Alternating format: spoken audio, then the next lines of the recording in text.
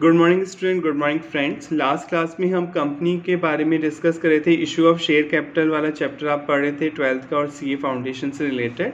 तो हमने कंपनी की डेफिनेशन पढ़ ली थी एक दो, और कंपनी क्या होती है। कंपनीज एक्ट में जो रजिस्टर्ड होती है 2013, जो कंपनीज एक्ट है जो रजिस्टर्ड है उसमें ग्रुप, उसे कंपनी का नाम आप देते हैं। अब हम आगे बढ़ने से पहले एक और डेफिनेशन पढ़ने से पहले एक बेसिक टर्म समझते हैं जो कंपनी में आपको आनी चाहिए। जब कोई कंपनी इनकॉर्पोरेट होती है, सपोज आप एक्स लिमिटेड के नाम से कंपनी खोल रहे हैं, आप एक्स लिमिटेड एक कंपनी बना रहे हैं, तो सबसे पहले तो आपको एक ऐसा नेम चुनना होगा, चूज़ करना होगा जो यूनिक हो। अगर कोई कंपनी ऑलरेडी एग्जिस्ट में है, पहले से ओपन है, आप वो नाम चूज़ नहीं कर सकते। जैसे आप टाटा लिमिटेड एक नाम लेके कंपनी खोलना चाहते हैं तो वो अब नहीं होगा, क्योंकि टाटा पहले से एग्जिस्ट में कंपनी। यानी आपको एक यूनिक नेम चूज़ करना होगा सबसे पहले। तो अगर आपको कंपनी खोलनी है, कोई सा भी नाम हो सकता है जो अवेलेबल होना चाहिए, यानी ऑलरेडी पहले से कोई कंपनी उस नाम से एग्जिस्ट नहीं कर रही हो।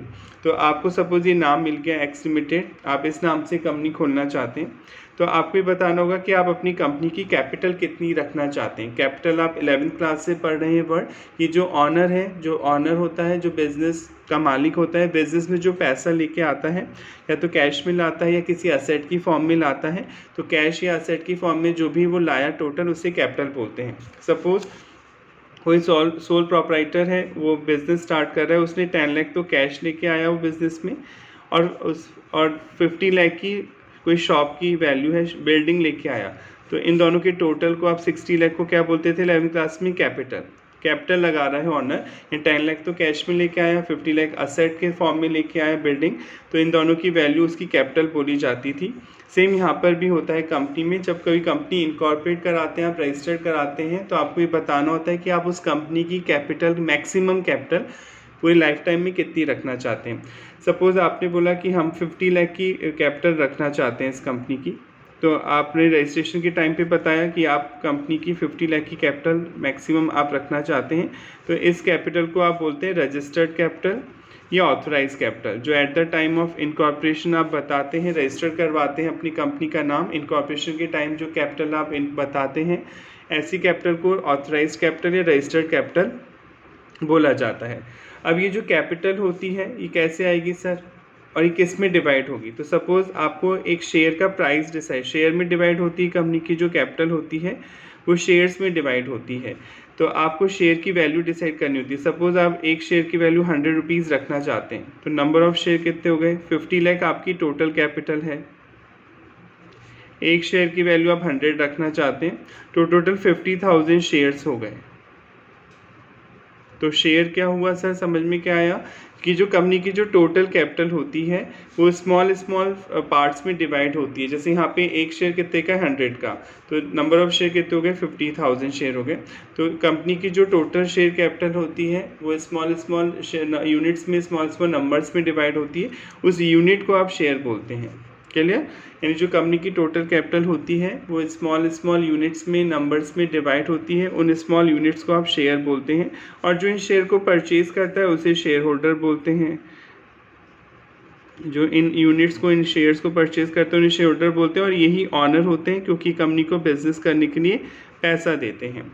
तो आप इतना तो समझ गए कि ऑथराइज कैपिटल क्या होती है, कि जब कंपनी इनकॉर्पोरेट होती है तो at the time of registration आपको ये बताना होता है कि पूरी होल्ड लाइफ में कंपनी कितने के शेयर पब्लिक में इशू करना चाहती है। तो उस कैपिटल को आप ऑथराइज कैपिटल या रजिस्टर्ड कैपिटल बोलते हैं। बाद में आपको जाके लगता है कि हमें कैपिटल ज़्यादा रखनी चाहिए थी, तो बाद में आप इसे अमेंड भी करा सकते हैं। आप अपनी जो रजिस्टर्ड वैल्यू कैपिटल है उसे इंक्रीज़ भी करा सकते हैं। ऐसा नहीं कि 50 लाख रख दी तो कुछ साल बाद आपका बिजनेस ग्रो कर रहा है तो आप 50 लाख से ज़्यादा की कैपिटल नहीं रख सकते। आपको अमेंडमेंट कराना होगा, और फिर आपको परमिशन लेनी होगी, उसके बाद आप अपनी कैपिटल इंक्रीज़ कर सकते हैं। ये आप हायर क्लासेस में पढ़ेंगे, पर यहाँ बेसिक कॉन्सेप्ट के लिए इतना समझना बहुत है। अब सपोज़ ये जो 50,000 शेयर हैं, कंपनी इन्हें पब्लिक में इशू करेगी ताकि पैसा आ सके बिजनेस चलाने के लिए। अब कंपनी के पास ऑप्शन है, या तो सारे शेयर आप इशू कर दीजिए, या टुकड़ों में भी आप इशू कर सकते हैं। सपोज़ कंपनी 10,000 शेयर इशू कर रही है पब्लिक में, एक शेयर 100 का है, तो कंपनी टोटल आपके 10 लाख रुपये अरेंज करेगी, 10 लाख रुपए लेके आएगी पब्लिक से। तो जो ये ऑथराइज कैपिटल थी, तो 50,000 शेयर तो ऑथराइज कैपिटल थी जो आपने रजिस्ट्रेशन के टाइम बताई। इसमें से आप केवल 10 लाख की कैपिटल ही इशू कर रहे हैं। वैल्यू में अगर आप देखें तो 10 लाख की कैपिटल है और नंबर ऑफ शेयर हैं 10,000। तो इस कैपिटल को आप बोलते हैं इशूड कैपिटल। जो आप इशू कर रहे हैं पब्लिक में, इसे बोलते हैं इशूड कैपिटल। ये इशू होगी पब्लिक में। अब पब्लिक क्या करेगी, आईपीओ आप जैसे नाम देंगे आईपीओ इनिशियल पब्लिक ऑफर, आप पब्लिक को ऑफर देंगे और जो पब्लिक में इंटरेस्टेड होगा वो आपकी कंपनी का फॉर्म भरेगा, शेयर के लिए अप्लाई करेगा। तो इसमें से ये इशूड कैपिटल हो गई। सपोज 100 का एक शेयर है, पर कंपनी क्या कह रही है, अभी कह रही है कि आप जब पहली बार आप शेयर परचेज करेंगे, एप्लीकेशन फॉर्म भरेंगे, तो आपको ₹80 ही देने हैं एप्लीकेशन मनी, एप्लीकेशन के टाइम। ये एप्लीकेशन मनी हो गई जो आप शेयर एप्लीकेशन फॉर्म भरेंगे। सपोज़ मैं इस कंपनी के शेयर खरीद रहा हूँ, तो मैं सपोज़ 1000 शेयर के लिए अप्लाई कर रहा हूँ, मैं 1000 शेयर खरीद रहा हूँ, मैं एप्लीकेशन फॉर्म भर रहा हूँ, तो मुझे 1000 शेयर, एक शेयर की वैल्यू है 80, तो मुझे 80,000 इस कंपनी को पे करने होंगे जब मैं एप्लीकेशन फॉर्म सबमिट करूँगा। ऑनलाइन ही होता है एप्लीकेशन फॉर्म, कहीं जाने की ज़रूरत नहीं है, आप ऑनलाइन सब्सक्राइब कर सकते हैं किसी भी कंपनी के शेयर। इनिशियल पब्लिक ऑफर मतलब जब कोई कंपनी पब्लिक में शेयर इशू करना चाहती है तो वो एक ऑफ़र देती है आपको, आपकी ऑफ़र है, मतलब कंपल्शन नहीं, आप चाहें तो खरीदें चाहे तो नहीं खरीदें, तो इसे इनिशियल पब्लिक ऑफर बोलते हैं। न्यूज़पेपर में भी ऐड आता है आईपीओ का, जब कंपनियां सीधे पब्लिक में इशू करती हैं। अब आपको एप्लीकेशन फॉर्म भरना होता है, जो प्रोसेस होता है डिफाइन उसके अकॉर्डिंग, और फिर जितने नंबर ऑफ शेयर के लिए अप्लाई कर रहे हैं उतनी एप्लीकेशन मनी जो उसने मांगी कंपनी ने वो आपको पे करनी होती है। तो कंपनी ने 100 में से अभी ₹80 ही मांगे हैं, ₹20 अभी नहीं मांगे हैं कंपनी ने, वो बाद में मांगेगी। और मैंने अप्लाई कर दिया, ₹80,000 दे दिए और कंपनी ने मुझे 1000 शेयर इशू कर दिया, अलॉट कर दिया, इशू कर दिए। तो ये जो ₹80,000 कंपनी को मिले, ये पेड अप वैल्यू कहलाएगी शेयर की, पेड अप वैल्यू, इसे बोलते हैं पेड अप वैल्यू, क्योंकि मैंने पे कर दिया ना ₹80। 100 का एक शेयर है, शेयर 100 का है और मैंने अभी ₹80 ही दिए हैं, क्योंकि कंपनी ने मांगे ही ₹80 हैं, तो मैंने ₹80 दे दिए, तो इसे बोलते हैं पेड अप वैल्यू। और इस 100 को जो एक शेयर की वैल्यू है टोटल, इसे बोलते हैं फेस वैल्यू, लॉ की लैंग्वेज में फेस वैल्यू, यानी एक शेयर जो होता है उसे बोलते हैं फेस वैल्यू। उसमें से जितना शेयर होल्डर पे कर चुका है उसे बोलते हैं पेड अप वैल्यू। और कंपनी ने मांगे भी 80 थे, मेरे से मांगे भी ₹80 थे और मैंने पे भी 80 कर दिया, तो कॉल्ड अप वैल्यू मतलब जो कंपनी ने आपसे मांगी थी और प्लस पेड अप वैल्यू भी सेम है यहाँ पर, क्योंकि मैंने यहाँ पर कंपनी को पूरे पैसे पे कर दिए हैं। तो कॉल्ड अप वैल्यू जितना कंपनी ने आपसे डिमांड किया उसे बोलते हैं कॉल्ड अप वैल्यू, और जो आप पे कर देते हैं शेयर होल्डर उसे बोलते हैं पेड अप वैल्यू। यहाँ तक आपको समझ में आ गया होगा। अब सपोज 2 मंथ बाद, 2 महीने बाद कंपनी ₹20 जो नहीं मांगे थे शेयर पर, वो मुझसे डिमांड करती है कंपनी, तो कॉल्ड अप बोलेंगे इसे, वो आपसे कॉल्ड अप वैल्यू है, वो डिमांड कर रही है। पर मैं फेल हो जाता हूँ पे करने पे, मैं पे नहीं करता हूँ, रीज़न कुछ भी हो सकता है, मेरे पास मनी नहीं है या मैं इंटरेस्टेड नहीं हूँ एटसेट्रा। तो जो मैं कंपनी ने डिमांड तो किया ₹20 मेरे से, पर मैंने पे नहीं किया, तो इसे बोलते हैं calls in arrear. Calls in arrear मतलब कंपनी ने मांगा पर शेयर होल्डर ने पे नहीं किया, इसे बोला जाता है कॉल्स इन एरियर। तो ये थोड़ा सा कॉन्सेप्ट हो गया शेयर का, आपको समझ में आ गया। फटाफट रिवाइज कर लेते हैं। जो कंपनी की जो टोटल शेयर कैपिटल होती है, कंपनी की जो टोटल शेयर कैपिटल होती है वो स्मॉल यूनिट्स में डिवाइड होती है, जिसे आप शेयर बोलते हैं। उन यूनिट्स को, उन स्मॉल डिनोमिनेशंस को आप शेयर बोलते हैं। शेयर 10 का भी हो सकता है, 100 का भी हो सकता है। ये डिसाइड करना होता है कंपनी को कि उस कंपनी की शेयर की फेस वैल्यू आप क्या रखना चाहते हैं, मैक्सिमम वैल्यू क्या रखना चाहते हैं। फिर जो company at the time of registration के टाइम जो कैपिटल बताती है वो मैक्सिमम कैपिटल है जो कंपनी अपनी लाइफ टाइम में इशू कर सकती है पब्लिक में। ऐसी कैपिटल को रजिस्टर्ड कैपिटल या ऑथराइज कैपिटल आप बोलते हैं। फिर ऑथराइज कैपिटल में से जितना पार्ट वो पब्लिक में इशू करती है आईपीओ लाके इनिशियल पब्लिक ऑफर के फॉर्म में, उसको हम इशूड कैपिटल बोलते हैं। इशूड कैपिटल के बेस के लिए एप्लीकेशन आती है, पब्लिक एप्लीकेशन फॉर्म भरते हैं, उसमें एप्लीकेशन मनी पे करते हैं। तो जितना पे कर देता है शेयर होल्डर उसे पेड अप वैल्यू बोलते हैं। जो शेयर होल्डर दे चुका होता है अपने शेयर पे वो पेड अप वैल्यू होती है। और फेस वैल्यू 100 है, जैसे यहाँ पे एग्जांपल में ₹80 आपसे मांगे थे, आपने दे दिए, तो कॉल्ड अप और पेड अप वैल्यू सेम हुई। यानी कॉल्ड अप वैल्यू जो कंपनी ने डिमांड करी उसे आप कॉल्ड अप वैल्यू बोलते हैं। जो शेयर होल्डर पे करता है शेयर्स पे उसे पेड अप वैल्यू बोलते हैं, और शेयर होल्डर ही कंपनी के रियल ऑनर होते हैं क्योंकि यही कंपनी में इन्वेस्ट करते हैं। अगर आपको किसी कंपनी का ऑनर बनना है तो आपको शेयर परचेज करने होते हैं। शेयर परचेज करने के दो तरीके हैं, या तो IPO ले आए कंपनी, इनिशियल पब्लिक ऑफर, या पहली बार जब कंपनी सीधे पब्लिक में इशू कर रही है शेयर, या तो पहली बार खुली है कंपनी इनकॉर्पोरेट IPO लेके आ रही फर्स्ट टाइम तो पब्लिक में इशू करेगी, या दोबारा सेकंड टाइम दोबारा शेयर इशू कर रही, पहले कम इशू किए थे, जैसे इस केस में 50,000 थे टोटल शेयर पर कंपनी ने 10,000 ही इशू किए थे तो 40,000 में दोबारा भी इशू कर सकती है। तो शेयर खरीदने के तरीके या तो IPO ला रही हो कंपनी तो आप अप्लाई कर सकते हैं, या किसी के पास पहले से ही शेयर हैं, जैसे मेरे पास टाटा कंपनी के शेयर हैं, सपोज़ मेरे पास पहले से ही टाटा कंपनी के शेयर हैं, आप मेरे से भी खरीद सकते हैं। तो शेयर एक्वायर करने के दो तरीके होते हैं खरीदने के, या तो आप IPO आ रहा है कंपनी का तो अप्लाई कर सकते हैं, शेयर एप्लीकेशन दे सकते हैं, या कोई एग्जिस्टिंग शेयर होल्डर है जिसके पास पहले से शेयर है वो शेयर आपको बेच सकता है और उसके बदले आपसे पैसे चार्ज करेगा। जैसे कोई एसेट आप खरीद रहे हैं सेम वही, तो शेयर इस तरह से एक्वायर किया जा सकता है। अब हम नेक्स्ट डेफिनेशन पढ़ते हैं, कंपनी वाले चैप्टर में थे आप, नेक्स्ट और लास्ट डेफिनेशन पढ़ने जा रहे हैं। एज पर जस्टिस लिंडले के अकॉर्डिंग, ये बहुत इंपॉर्टेंट डेफिनेशन है, इसमें काफ़ी डीप उन्होंने समझाया। A company is an association of person, ये तो आप पढ़ चुके हैं, ग्रुप ऑफ पर्सनस का एक ग्रुप होता है company. These person contribute money और money worth to a common stock. Common stock अभी आप पढ़ेंगे, स्टॉक का मतलब यहाँ पे डिफरेंट है, जो आप 11th क्लास में पढ़ते हैं स्टॉक वो अलग चीज़ है। स्टॉक का मतलब क्या होता है 11th क्लास में आप पढ़ चुके हैं, जो आप डे टू डे चीज़ में जिसमें आप डील करते हैं, कोई भी ऐसा गुड्स जो आप डे टू डे बेसिस पे डील करते हैं, खरीदते बेचते हैं बिजनेस के लिए, उसे आप स्टॉक का नाम देते हैं। जैसे मेरा फर्नीचर का बिजनेस है तो फर्नीचर मैं खरीदूंगा और बेचूंगा, यही होगा मेरा बिजनेस, तो फर्नीचर मेरे लिए क्या कहलाएगा, स्टॉक कहलाएगा। जिस चीज़ में आप डे टू डे डील करते हैं बिजनेस के लिए, अगर आप कपड़े का बिजनेस करते हैं तो कपड़ा आपके लिए क्या कहलाएगा, स्टॉक कहलाएगा। अब ऐसे नॉलेज के लिए हम बता देते हैं, आपको डीप नॉलेज दे रहे हैं ताकि आप आगे जब हायर क्लासेस में कोई प्रोफेशनल कोर्स पढ़ें तो आपको कोई प्रॉब्लम नहीं आए। स्टॉक एक वर्ड होता है स्टॉक, एक वर्ड होता है इन्वेंट्री, एक वर्ड होता है स्टोर्स।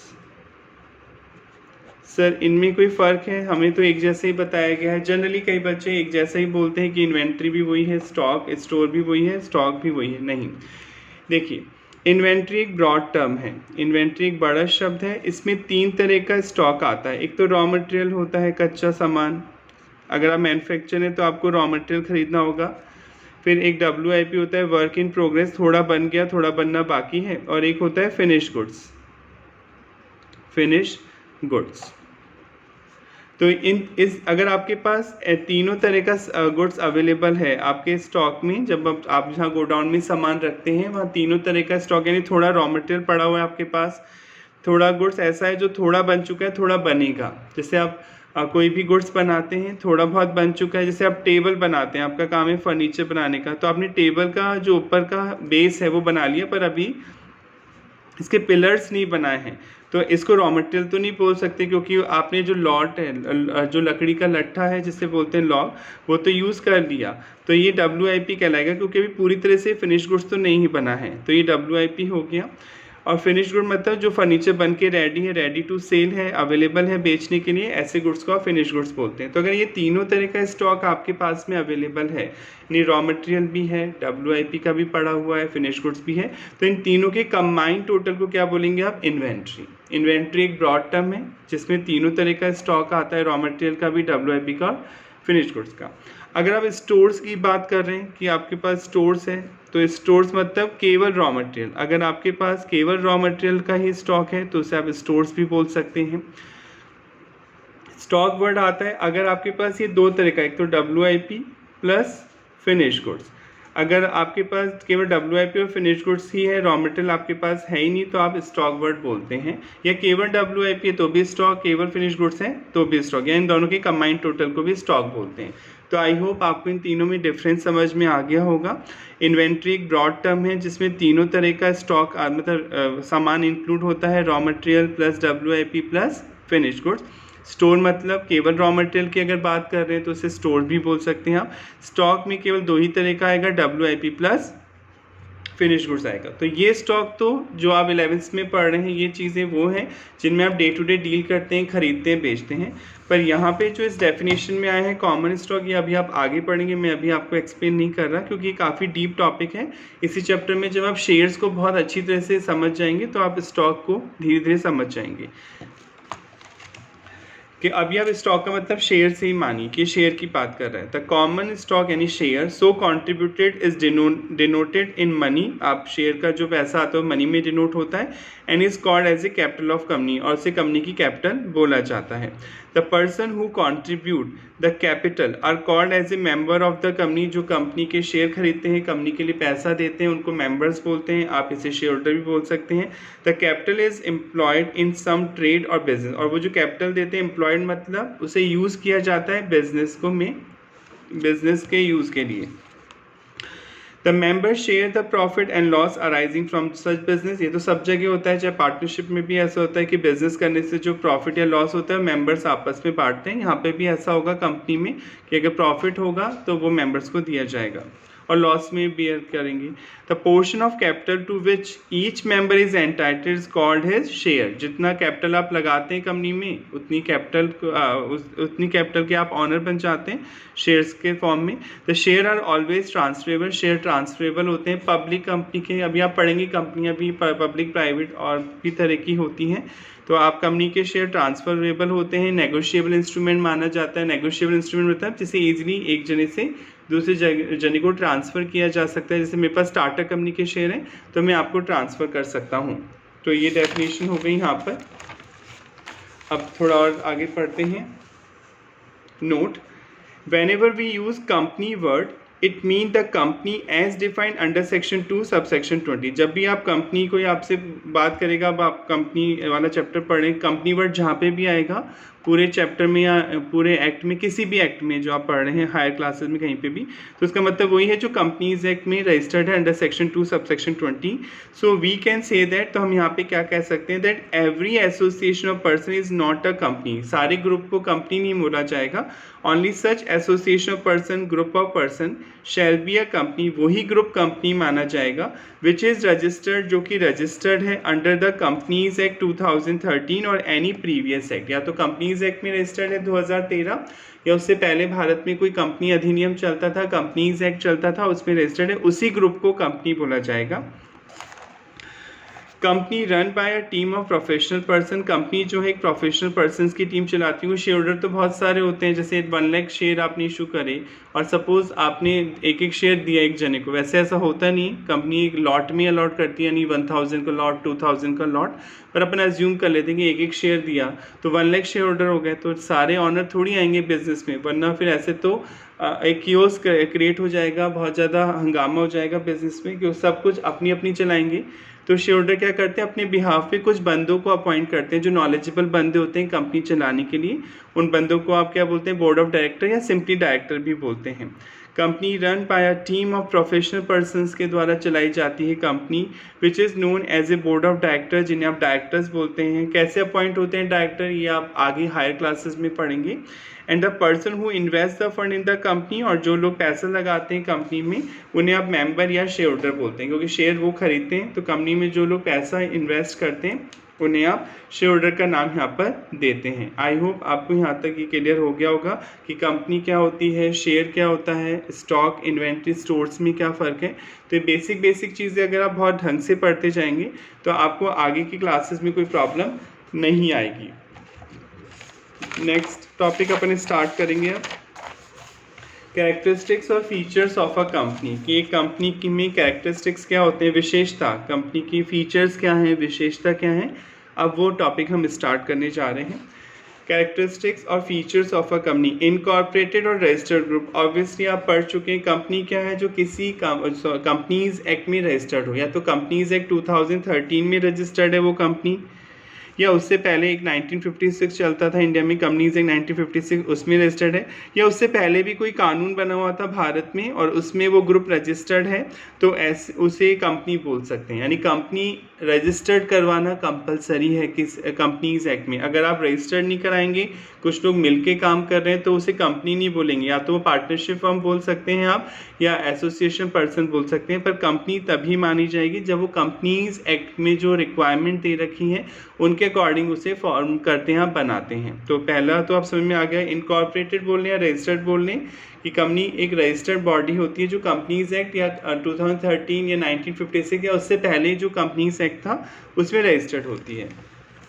दूसरा point, separate legal entity and artificial person, बिल्कुल आप पढ़ चुके हैं। जैसे एक्स लिमिटेड, मिस्टर एक्स एक पर्सन है, इन्होंने एक्स लिमिटेड नाम से कंपनी खोल ली। मिस्टर एक्स ने एक्स लिमिटेड नाम से कंपनी खोल ली, तो अब क्या होगा, ये कंपनी अलग मानी जाएगी और ये जो शेयर होल्डर है या मेंबर है अलग माना जाएगा। इस कंपनी ने शेयर इन्हें इशू क्यों होंगे, जब कोई कंपनी खोलता है तो उसके शेयर अपने आप को अलॉट करता है। कंपनी जो पर्सन खोलता है, नॉलेज के लिए बता दें, उसे प्रमोटर बोलते हैं लॉ की लैंग्वेज में। प्रमोटर, जिस पर्सन के माइंड में सबसे पहले आइडिया आया कंपनी खोलने का, पर्सन या पर्सन्स, उन पर्सन्स को, उस व्यक्ति को आप प्रमोटर बोलते हैं। तो मिस्टर एक्स यहाँ पे प्रमोटर है। ये कंपनी के बिहाफ पर सारी फॉर्मेलिटी, लीगल फॉर्मेलिटीज़ पूरी करते हैं, कंपनी के फॉर्म वगैरह भरना, अप्लाई करना, कंपनी और मिनिस्ट्री साइट्स पे जाके कंपनी खोलना। तो जब कंपनी इनकॉर्पोरेट हो जाती है, सपोज 1 लाख शेयर कैपिटल है कंपनी की, कंपनी ने रजिस्टर करा ली अपनी शेयर कैपिटल, तो ये जो शेयर होते हैं ये कंपनी प्रमोटर्स को ही अलॉट करती है as per the decided ratio, जो भी एग्रीमेंट में डिसाइडेड था कंपनी के साथ, ये शेयर प्रमोटर्स को अलॉट किए जाते हैं। और प्रमोटर्स ही बाद में क्या बन जाते हैं, शेयर होल्डर बन जाते हैं उस कंपनी के। क्योंकि जब कंपनी आपने खोली है तो आप सारे शेयर तो पब्लिक में इशू नहीं करोगे, आप मेजॉरिटी शेयर अपने आप को अलॉट करवाओगे, क्योंकि कंपनी खोलने में आपने कॉन्ट्री किया है, योगदान आपका है, आपने मेहनत की है। तो कंपनी एज ए कंसिडरेशन, पैसे तो नहीं है कंपनी के पास, तो एज ए कंसिडरेशन कंपनी आपको शेयर अलॉट करती है। तो प्रमोटर ही क्या बन जाते हैं, शेयर होल्डर बन जाते हैं। और ताकि कंपनी में आपकी चले, अगर आप सारे शेयर पब्लिक में इशू कर दोगे तो मेजॉरिटी तो पब्लिक के पास हो जाएगी, एटलीस्ट 51% या उससे ज़्यादा शेयर प्रमोटर यानी शेयर होल्डर के पास होनी चाहिए जिन्होंने कंपनी खोली है, ताकि मेजॉरिटी आपके पास में होगी तो कंपनी में डिसीजन आपके चलेंगे। अगर आपने पब्लिक में इशू कर दिए, सपोज 100% शेयर में से आपने 80% शेयर तो पब्लिक को दे दिया, किसी और को दे दी, तो अब वही ऑनर उसकी चलेगी कंपनी में, आपकी होल्डिंग तो कम हो गई 20%। तो इसलिए जो प्रमोटर होते हैं वही अपने आप को शेयर अलॉट कराते हैं। और ये लीगल है, कंपनी ने सर्विस ली, उन्हें कंपनी खोलने में अपना योगदान दिया है, तो पैसे की जगह कंपनी उन्हें कंसिडरेशन के तौर पर शेयर अलॉट कर देती है। तो प्रमोटर ही क्या बन जाते हैं, शेयर होल्डर बन जाते हैं। तो प्रमोटर वर्ड एक नया आया। प्रमोटर कौन होते हैं, जिनके माइंड में सबसे पहले आइडिया आता है कंपनी खोलने का, जो कंपनी खोलने की सारी फॉर्मेलिटीज़ पूरी करते हैं, रजिस्ट्रेशन कराते हैं, ऑफिस खोलते हैं कंपनी का, एक्सेट्रा। और कंपनी एज ए कंसिडरेशन उनकी सेवा के बदले, उनकी मेहनत के बदले उन्हें शेयर अलॉट करती है और वही शेयर होल्डर बन जाते हैं। तो जब ये शेयर होल्डर बन गए तो कंपनी अलग मानी जाएगी और शेयर होल्डर अलग माने जाएंगे। ये नहीं कह सकते ये एक्स की कंपनी है, नहीं, क्योंकि इस कंपनीज एक्ट के अकॉर्डिंग रजिस्टर्ड हुआ है तो इसे सेपरेट लीगल एंटिटी मानता है कानून। यानी एक्स लिमिटेड अपने नाम से प्रॉपर्टी खरीद सकता है, अपने नाम से प्रॉपर्टी बेच सकती है, कोई इस पर केस कर सकता है आप, और कोई ये भी किसी पर केस कर सकती है। और आर्टिफिशियल पर्सन तो आप पहले भी पढ़ चुके हैं। आर्टिफिशियल पर्सन का मीनिंग क्या होता है, in the I of law, in the I of law, जिसे कानून एक व्यक्ति का दर्जा दे दे उसे आप क्या बोलते हैं, आर्टिफिशियल पर्सन। हम रोबोट की बात नहीं कर रहे हैं, कोई भी ऐसा पर्सन जो किसी एक्ट में रजिस्टर्ड होता है इंडिया में, आपका स्कूल हो गया, आपकी यूनिवर्सिटी, ये भी यूजीसी में रजिस्टर्ड होते हैं कहीं ना कहीं। तो कोई भी ऐसा पर्सन जो किसी एक्ट में रजिस्टर्ड होता है जिसे कानून एक व्यक्ति का दर्जा देता है, यानी आप इसे देख तो नहीं सकते पर इसमें वो सारी कैरेक्टरिस्टिक्स होती हैं जो एक नेचुरल पर्सन में होती हैं, तो आप उसे आर्टिफिशियल पर्सन बोलते हैं। तो आई होप ये क्लियर हो गया। सेपरेट लीगल एंटिटी यानी कंपनी अलग समझी जाती है, मेंबर्स अलग माने जाते हैं, शेयर होल्डर को अलग ट्रीट किया जाता है और कंपनी को अलग ट्रीट किया जाता है। परपीचुअल सक्सेशन की बात करते हैं। सपोज एक्स लिमिटेड एक कंपनी ओपन हुई, मिस्टर एक्स ने ओपन की और इनके 7 फ्रेंड्स और थे, इन लोगों ने मिलके ओपन की। टोटल 8 मेंबर हैं यहाँ पर, 8 मेंबर या शेयर होल्डर। कंपनी ने इन्हें शेयर अलॉट कर दिए, एज ए कंपनी खोली इन लोगों ने तो कंपनी ने शेयर दे दिए। Suppose x total 1 lakh share capital है कंपनी की, इसमें से एक्स के पास 20,000 शेयर हैं, मिस्टर एक्स के पास, ठीक है, 20,000 शेयर हैं यहाँ पर। ऐसे इन 7 मेंबर्स के पास, किसके पास 5,000 है, किसी के पास 10,000 है, ऐसे टोटल 1 लाख शेयर अलॉट कर दिए कंपनी ने इनको। अब सपोज अपन एग्जांपल लेते हैं कि ये लोग एक मीटिंग कर रहे हैं, सारे मेंबर बोर्ड ऑफ मीटिंग में बैठे हुए हैं, बोर्ड मीटिंग रूम में 8 मेंबर हैं टोटल, ये बैठे हुए हैं यहाँ पर। अचानक एक बॉम्ब गिरता है और ये लोग सब डेथ हो जाती है। वैसे ऐसा होगा नहीं, अपन अज्यूम कर रहे हैं कि एक बॉम्ब ब्लास्ट होता है और ये सारे लोग मर जाते हैं, सारे लोगों की डेथ हो जाती है। तो अब क्वेश्चन उठता है कि अब सभी मेंबर मर गए, सबकी डेथ हो गई, तो ये क्या ये कंपनी भी बंद हो जाएगी? नहीं, कंपनी का परपेचुअल सक्सेशन होता है। परपेचुअल मतलब अनंत काल तक चलेगी कंपनी, जब तक कि कोई और ऐसी चीज़, जब तक कि कानून उसे बंद करने का ऑर्डर ना दे दे। तो अब सर जब सारे मेंबर ही मर गए तो फिर कंपनी को बंद होना चाहिए? नहीं, इनका कोई ना कोई लीगल रिप्रेजेंटेटिव होगा, लीगल रिप्रेजेंटेटिव, कानूनी उत्तराधिकारी होगा, किसी का बेटा होगा, किसी की वाइफ होगी, कोई ना कोई रिलेटिव तो होगा, लीगल रिप्रेजेंटेटिव होगा। तो ये जो इनके पास शेयर थे ये उनके लीगल रिप्रेजेंटेटिव को ट्रांसफ़र हो जाएंगे, उन्हें मिल जाएंगे, जैसे बेटे को मिल गए, वाइफ को मिल गए, जो भी उनका नॉमिनी है, जैसे वो अपॉइंट करके गए कि हमारे मरने के बाद हमारी असेट, हमारे जो शेयर हैं वो इस पर्सन को मिले, उन्हें मिल जाएंगे। तो ये लीगल ऑनर, अब लीगल रिप्रेजेंटेटिव जो है, कानूनी उत्तराधिकारी जो हैं, अब ये नए ऑनर बन जाएंगे, न्यू ऑनर, इन्हें नया ऑनर बोला जाएगा और ये फिर कंपनी चलाएंगे। सिंपल, यानी कंपनी बंद नहीं होती, कंपनी का परपेचुअल सक्सेशन रहता है जब तक भले ही सारे मेंबर्स की डेथ हो जाए। हाँ, कंपनी बंद कब होती है वो आप हायर क्लासेस में पढ़ेंगे। वाइंड अप होती है कंपनी, कुछ केसेस में कंपनी को बंद किया जा सकता है, जैसे कंपनी दिवालिया हो गई, इंसॉल्वेंट हो गई, पैसा ही नहीं है, लोन ज़्यादा ले लिया, तो कंपनी को बंद करना पड़ सकता है। कुछ एक्सेप्शन केसेस हैं जो आप आगे हायर क्लासेस में पढ़ेंगे। इनके अलावा हमेशा यही माना जाता है कि कंपनी अनंत काल तक चलेगी, कभी बंद नहीं होगी, और भले ही सारे मेंबर्स की डेथ हो जाए पर जो मेंबर्स हैं उनके शेयर उनके लीगल रिप्रेजेंटेटिव को मिल जाएंगे, उत्तराधिकारी को मिल जाएंगे। यानी कंपनी नए ऑनर बना लेगी और नए ऑनर बनाएगी तो कंपनी रन हो सकती है, यानी कंपनी बंद नहीं होगी, कंपनी का परपेचुअल सक्सेशन होता है। यहाँ पर ये लॉ की लैंग्वेज में समझा देता हूँ। जब किसी पर्सन की डेथ हो जाती है, उसके शेयर उसके उत्तराधिकारी बेटे को या वाइफ को ट्रांसफ़र होते हैं, तो लॉ की लैंग्वेज में इसको ट्रांसमिशन बोलते हैं, ट्रांसमिशन ऑफ शेयर। इस लॉ की लैंग्वेज में एक वर्ड होता है कंपनीज एक्ट में, इस प्रोसेस को हम बोलते हैं ट्रांसमिशन ऑफ शेयर, कि डेथ के बाद, इंसॉल्वेंट के बाद कोई दिवाली हो गया इसलिए शेयर आप ट्रांसफ़र कर रहे हैं, इसे ट्रांसमिशन ऑफ शेयर बोला जाता है। आई होप यहाँ तक आपको क्लियर हो गया होगा। अब आपके माइंड में क्वेश्चन आ रहा होगा, सर किसी का लीगल रिप्रेजेंटेटिव है ही नहीं, सपोज उसका कोई कानूनी उत्तराधिकारी था ही नहीं, कोई रिश्तेदार ही नहीं था किसी का, वैसे ऐसा बहुत रेयर है, नहीं होगा, पर सपोज है ही नहीं, तो फिर जो शेयर हैं वो गवर्नमेंट के पास ट्रांसफ़र हो जाते हैं, गवर्नमेंट के नाम पे ट्रांसफ़र हो जाएंगे और गवर्नमेंट फिर उन्हें किसी को भी शेयर को देकर उसे ऑनर बना सकती है। बहुत रेयर केस है कि ऐसा हो किसी का लीगल रिप्रेजेंटेटिव ना हो, तो फिर गवर्नमेंट के नाम वो शेयर ट्रांसफ़र कर दिए जाएंगे। तो कंपनी का परपेचुअल सक्सेशन होता है। परपेचुअल सक्सेशन मीन अनंत काल तक चलेगी कंपनी, इनडेफिनेट टाइम तक चलेगी, भले ही सारे मेंबर्स की डेथ हो जाए, कंपनी नए मेंबर बना लेगी और कंपनी रन हो सकती है। नेक्स्ट, फोर्थ इसका कैरेक्टरिस्टिक्स है लिमिटेड लायबिलिटी। ये तो आप पढ़ चुके हैं फर्स्ट क्लास में, मैंने आपको बता दिया था। कंपनी की लिमिटेड लायबिलिटी होती है। लिमिटेड लायबिलिटी मतलब अगर बिजनेस के जो असेट हैं वो कम पड़ जाएं और बिजनेस के लोन आपने ज़्यादा ले लिए, असेट है केवल 1 करोड़ की, लोन है 2 करोड़ का, तो कंपनी कोई भी बिजनेस बंद होगा इस केस में, क्योंकि अब रन करना बहुत मुश्किल है, लोन का अमाउंट बहुत ज़्यादा हो चुका है, क्रेडिटर आप पे प्रेशर डालेंगे, लेंडर आप पे प्रेशर डालेगा पैसा देने का, तो आपके पास पैसे तो है ही नहीं, असेट तो 1 करोड़ की है, लायबिलिटी 2 करोड़ की, 1 करोड़ अभी भी कम पड़ गए। तो अगर आप लायबिलिटी लिमिटेड है तो आपकी घर की एसेट नहीं बिकवा सकते हैं लेंडर या क्रेडिटर, केवल बिजनेस के एसेट बिकवाने के बाद जो पैसा मिलेगा वही ले सकते हैं, और जो कम पड़ता है वो सफ़र करेंगे लॉस। क्रेडिटर और लेंडर जिन्होंने आपको पैसा उधार दिया है उन्हें लॉस सफ़र करना होगा। पर अगर अनलिमिटेड लायबिलिटी होती तो वो आपकी घर की एसेट भी बिकवा देते और फिर उसके बाद जो पैसा आता उससे लोन चुकाया जाता। पर कंपनी की हमेशा लिमिटेड लायबिलिटी होती है, यानी अगर कंपनी दिवालिया हो जाती, इंसॉल्वेंट हो जाती, अपने लोन को नहीं रीपे कर पाती सारी एसेट बेचने के बाद भी, तो शेयर होल्डर की जो पर्सनल असेट है वो नहीं बिकवाई जाएंगी।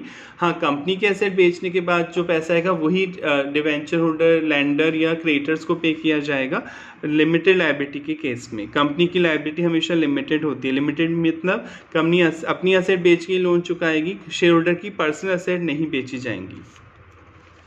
नेक्स्ट है कॉमन सील। कॉमन सील मतलब कंपनी के जो भी डॉक्यूमेंट होते हैं वो ऑफिशियल सिग्नेचर किया जाता है उस पर ऑफिशियल सिग्नेचर होते हैं। कंपनी कोई पर्सन तो है नहीं जो आके साइन कर देगा, पर ऑफिशियल सिग्नेचर करने के लिए एक सील बनाई जाती है। जनरली राउंड शेप की होती है सील। जैसे सपोज एक्स लिमिटेड कंपनी तो एक्स लिमिटेड लिखा होगा, सील के चारों तरफ लिखा होगा जयपुर, अगर एड्रेस कहाँ का है जयपुर, और ये सील लगाई जाएगी। जो भी बिल होगा उसे इशू करते टाइम ये सील लगाई जाएगी।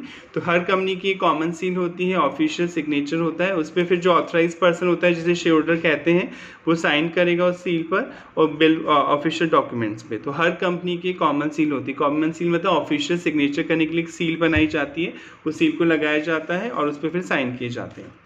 ट्रांसफरेबिलिटी ऑफ शेयर नेक्स्ट है। ट्रांसफरेबिलिटी ऑफ शेयर आप पढ़ चुके हैं कि कंपनी के शेयर इजीली ट्रांसफर हो सकते हैं। सपोज मेरे पास टाटा लिमिटेड के शेयर हैं, सपोज 100 शेयर हैं, तो ये शेयर मैं आपको ट्रांसफ़र कर सकता हूँ और जब मैं आपको ट्रांसफ़र कर दूंगा तो आप ऑनर बन जाएंगे। शेयर इजीली ट्रांसफरेबल होते हैं, इनके लिए किसी से परमिशन लेने की ज़रूरत नहीं है, कंपनी से भी नहीं पूछना पड़ता। एक बार कंपनी से आपने शेयर खरीद लिया आईपीओ के थ्रू, इनिशियल पब्लिक ऑफर के थ्रू, तो आप वो शेयर किसी को भी ट्रांसफ़र कर सकते हैं। इनके लिए अलग से कोई परमिशन लेने की नीड नहीं होती है।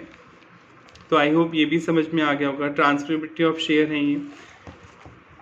सेपरेट मैनेजमेंट ये भी आप पढ़ चुके हैं कि शेयर होल्डर तो मनी देते हैं कंपनी को, शेयर होल्डर जो हैं वो मनी देते हैं कंपनी को, पर जो कंपनी चलाई जाती है वो बोर्ड ऑफ डायरेक्टर्स के द्वारा चलाई जाती है। Board of directors, board of directors मतलब ये प्रोफेशनल्स पर्सन के ग्रुप होते हैं, नॉलेजेबल लोग होते हैं। इन्हें अपॉइंट शेयर होल्डर ही करते हैं। मीटिंग में शेयर होल्डर अपॉइंट करते हैं कुछ लोगों को अपने बिहाफ पर, ताकि वो कंपनी को रन कर सकें, कंपनी के डे टू डे के डिसीजन ले सकें।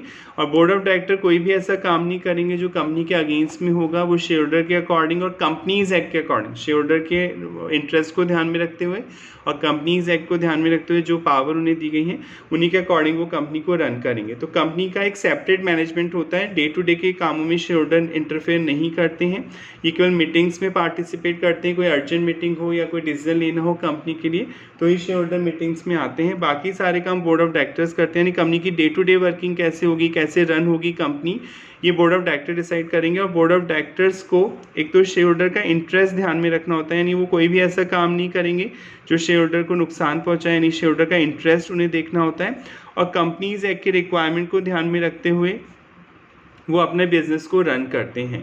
तो बोर्ड ऑफ डायरेक्टर्स को हटाने की पावर भी शेयर होल्डर्स के पास में होती है। अगर कोई डायरेक्टर है, आप सिंपली बोर्ड भी बोल सकते हैं, बोर्ड ऑफ डायरेक्टर को बोर्ड भी बोला जाता है। कोई डायरेक्टर है वो सही काम नहीं कर रहा तो उसे हटाने की पावर भी शेयर होल्डर के पास में होती है। तो आई होप आपको क्लियर हो गया होगा कंपनी की कैरेक्टरिस्टिक्स। एक तो कंपनी रजिस्टर्ड ग्रुप होता है, ये कहीं किसी कंपनीज एक्ट में या उससे पहले किसी कंपनीज एक्ट में रजिस्टर्ड होती है। कंपनी की सेपरेट लीगल एंटिटी होती है, यानी मेंबर्स को अलग माना जाता है, कंपनी को अलग माना जाता है। परपेचुअल सक्सेशन होता है, यानी कंपनी अनंत काल तक चलती रहती है, भले ही सारे मेंबर्स की डेथ हो जाए कंपनी नए ऑनर बनाकर आगे रन हो सकती है। नेक्स्ट आप पढ़ चुके हैं लिमिटेड लायबिलिटी। कंपनी की लायबिलिटी लिमिटेड होती है, अनलिमिटेड नहीं होती है। कंपनी की कॉमन सील होती है जिसे आप ऑफिशियल सिग्नेचर बोल सकते हैं। ट्रांसफरेबिलिटी ऑफ शेयर होती है, यानी कंपनी के शेयर ईजिली ट्रांसफ़र हो सकते हैं एक जने से दूसरे जने को। और सेपरेट मैनेजमेंट होता है कंपनी का, यानी कंपनी जो शेयर होल्डर हैं वो कंपनी के डे टू डे एक्टिविटी में पार्टिसिपेट नहीं करते हैं, वो अपने बिहाफ पे डायरेक्टर्स को अपॉइंट करते हैं। डायरेक्टर्स कंपनी की डे टू डे एक्टिविटी के लिए रिस्पॉन्सिबल होते हैं। तो आई होप यहाँ तक आपको कॉन्सेप्ट क्लियर हो गया होगा। अगर कोई डाउट है, कोई प्रॉब्लम है तो प्लीज़ आप मुझे कमेंट सेक्शन में बता सकते हैं। Thank you so much.